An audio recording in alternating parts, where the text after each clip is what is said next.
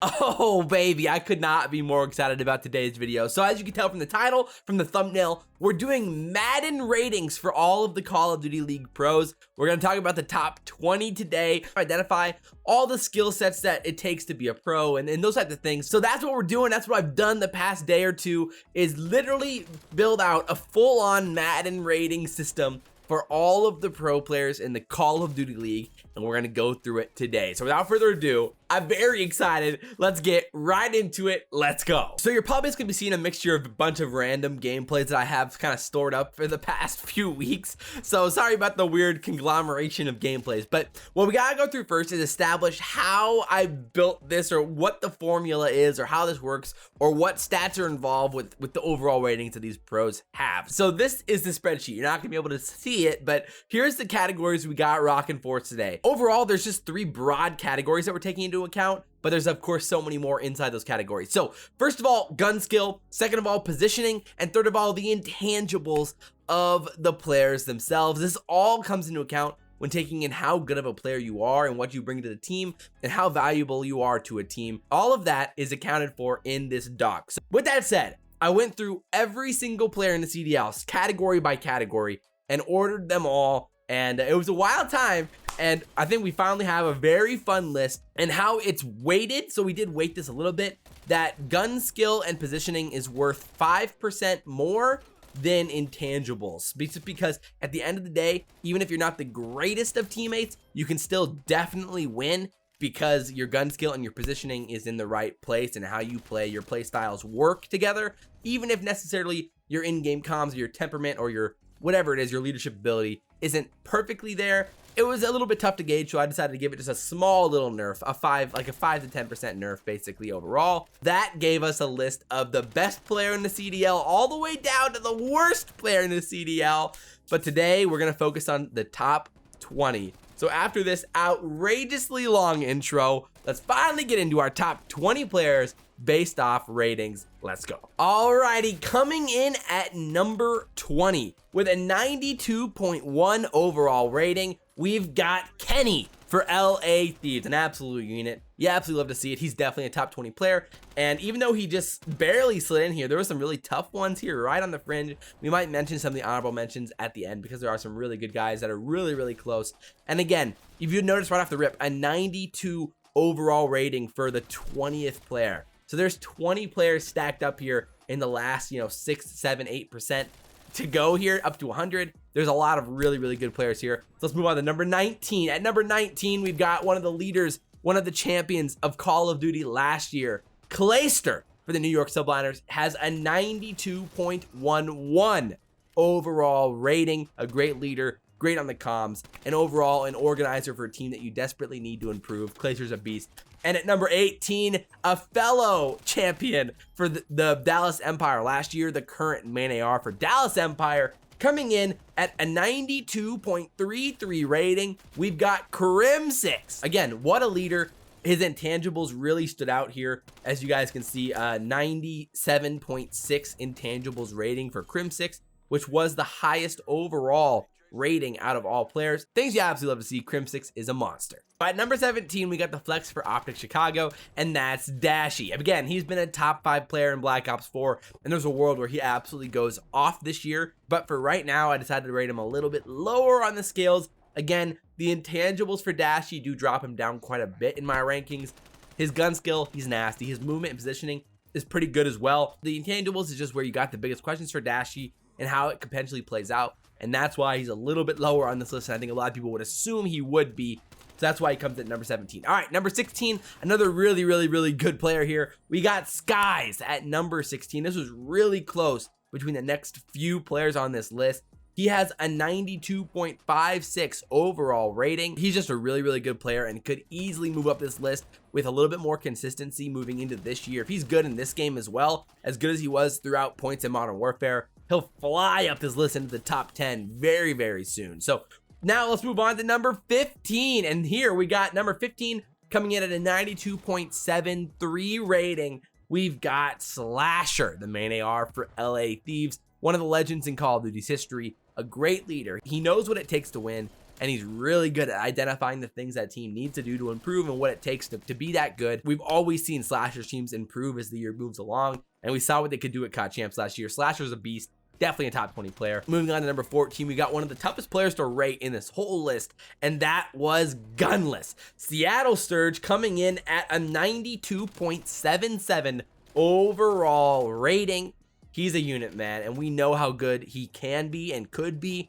We just got to see it for sure with this Seattle Surge team. He's a beast at number 14. So now, coming in at number 13, another legend in the Call of Duty scene, and that's Formal. A 92.9 overall rating, and again, his intangibles really come to play here. We know how great of a teammate Formal can be and what he does on the maps that matter for a team. He's such a good main AR. Positioning, his awareness, his ability to play patiently, get your trades overall. Those are the stats that really stood out for me with Formal and how he plays. He's obviously just really good. Definitely a top 15 player in the league right now. So coming in at number 12, we've got another player who I think has been so underrated the past 2 years, and that's Attach. He brings so much to a team. He has a 92.92 overall rating, and he's just an incredibly balanced player as a whole. He does so much right for a team and how it plays. He plays whatever a team needs for them to be successful. He's absolutely one of the best players in the game. So just outside the top 10 here, slotting in at number 11 is the king of Call of Duty, Scump. With a 93.96 overall rating, Scump does so much right. The intangibles are fantastic. His positioning, his gun skill, overall, such a well-balanced player in all 3 game modes. He does so much right for the team. His clutch, his X factors, they're all there for him, and definitely puts him right there on the fringe of top 10. Scump is a fantastic player in the game, and he definitely proved that at the end of last year and in CoD Champs once again. So speaking of well-balanced, another player that does so many things well, at number 10, it's Priesta. With a 94.31 overall rating, Priesta is a unit, has done so well on so many different teams in his careers, and he, again, brings so much to the table in OBJ, in support, in his slaying ability. At moments, he struggled last year, and there were some weird role situations with Faze, and a lot of issues there in the middle of the season for him, but by the end of the year, he was right back into form and how well he played. And again, we've seen how good of a player Priesta has been in the past on 100T and Faze. And again, I have high expectations for this Rokkr team and how they could potentially perform this year, and Priesta will be at the forefront of why they're such a great team. So slotting at number 9, a guy who I was hesitant about heading into last year, especially at the beginning of the year after what we saw, but man, did he turn this thing around halfway through this year and heading into the year. Illy is incredibly good at Call of Duty, and I'm very excited to see what he can do in Black Ops Cold War. He's got a 95.42 overall rating, just a unit. He is incredible. And again, his X factor, how much he brings to the table in S&D and what he does for that team and the strats that he finds and the things that he does, and as well his gun skill is about as good as it gets. And he's just really a really good player.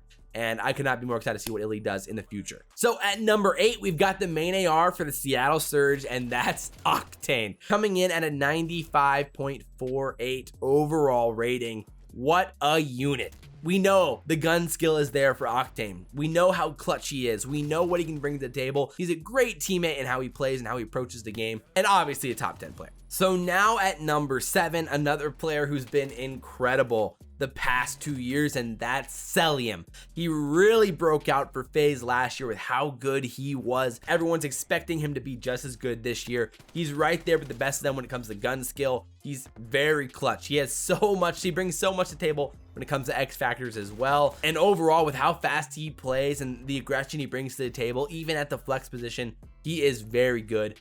Top 7 for sure. So at number 6, a teammate of his, and I could see people putting him higher on this list, and I have no problem with that, to be honest. Abezy is at number 6. He's been right around that top 5 rank for a while now. He was probably a top 3 player in Black Ops 4. And he's just a fantastic player overall. Again, the aggression, everything he does on the map. He's so good in S&D and getting first bloods and things he brings to the table there. Plus his aggression in hardpoint and respawn as a whole. His gun skill is outrageous. And his ability to play entry for teams and how he gets into hills is insane. So heading into number 5, this guy, I was surprised by how high he ended up on my list. This was probably the biggest surprise for me out of anyone because I didn't think he was going to be top 5, but he ended up right there. And that is one of the Dallas Empire champions last year. That's Hook. The first player here inside the 96s with a 96.2 overall rating. Again, Hook surprised me because his intangibles were way higher than I thought they were originally going to be, with how good of a teammate he is combined with his gun skill. And again, his experience in the league, his positioning, also the aggression and ability he has as a whole. Hook is so good. And again, we saw that at Champs last year. We saw that at the end of last season. Hook definitely took over some matches, a big reason for why Dallas was so good. So now at number 4, this is a player who continues to rise up the boards with how good he's looked. And now on Atlanta Faze as their main AR, Arcitys is at number 4 with a 96.96 overall rating. His intangibles are off the charts with how good of a communicator he is in game, how good of a teammate he is, the vibes he brings to a team, with the ALL CoD champs of the past, and his ability and his X factors in S&D with his ability to snipe as well, and what he does. Overall, Arcitys is just a fantastic, well-rounded player, and he's inside the top 5. So the top 3, I don't think should be any surprise to anyone right now. These 3 players have been so good for quite a while now. And at number 3, we've got OpTic Chicago's handyman, the do-it-all Envoy is at number 3, a 97.46 rating.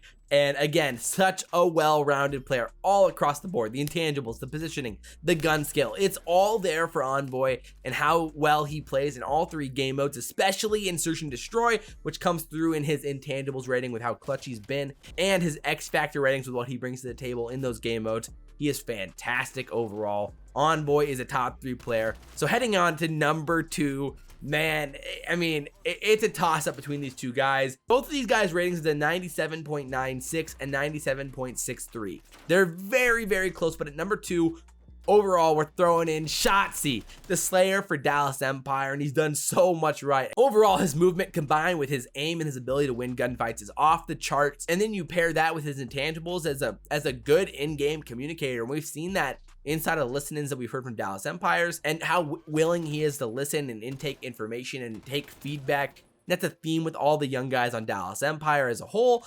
And just overall, Shotzzy does so much right, and his ability to play aggressive and push the pace, everything about Shotzzy's a beast, and he's at number 2. So now at number 1, we all know who this is. It's Simp. Some have called me a simp for Simp, which, I mean, come on, can you blame me? He's been absolutely insane, and at the end of the day, a 97.96 overall rating for him, the highest out of any player on the board here. And again, gun skill, intangibles, positioning, everything he does very well. And again, you have to highlight his ability, his X factors in sniping and search and destroy. And then again, his communication in game is very good. And we've seen that with Faze and when he streams and how they play inside of 8s and scrims and everything else. Simp overall brings so much to the table, and it's basically impossible not to put him at number 1 still at this point with how well-rounded of a player he is in all 3 game modes. And he's been doing it now for 2 years back-to-back, playing fantastic Call of Duty. So there's your top 20, man. All the way through, some really fun ones there. And again, for some honorable mentions, some guys are right on the fringe. Major Maniac, Kleenex, Scraps, Zoomaa, Awakening, Cammy, Mac. There's some incredible players in the Call of Duty League, and we're not talking about all of them in this video. If we did, it would get lengthy. But I hope you guys enjoyed this video. Drop all your comments down below. What did I get right? What did I get wrong? Where do you disagree? I would love to hear what you guys have to say. I know you guys have your opinions. It's always fun reading the comment section down below and what you guys have to say. But if you guys enjoyed the video, hit the notification bell. You know, YouTube's a little bit weird with how they notify for video uploads, so I would really appreciate that. And of course, like, comment, subscribe, share the video if you guys really enjoyed it. But as always, guys, I'm your boy Abezy, and we will see you next time. I'm out.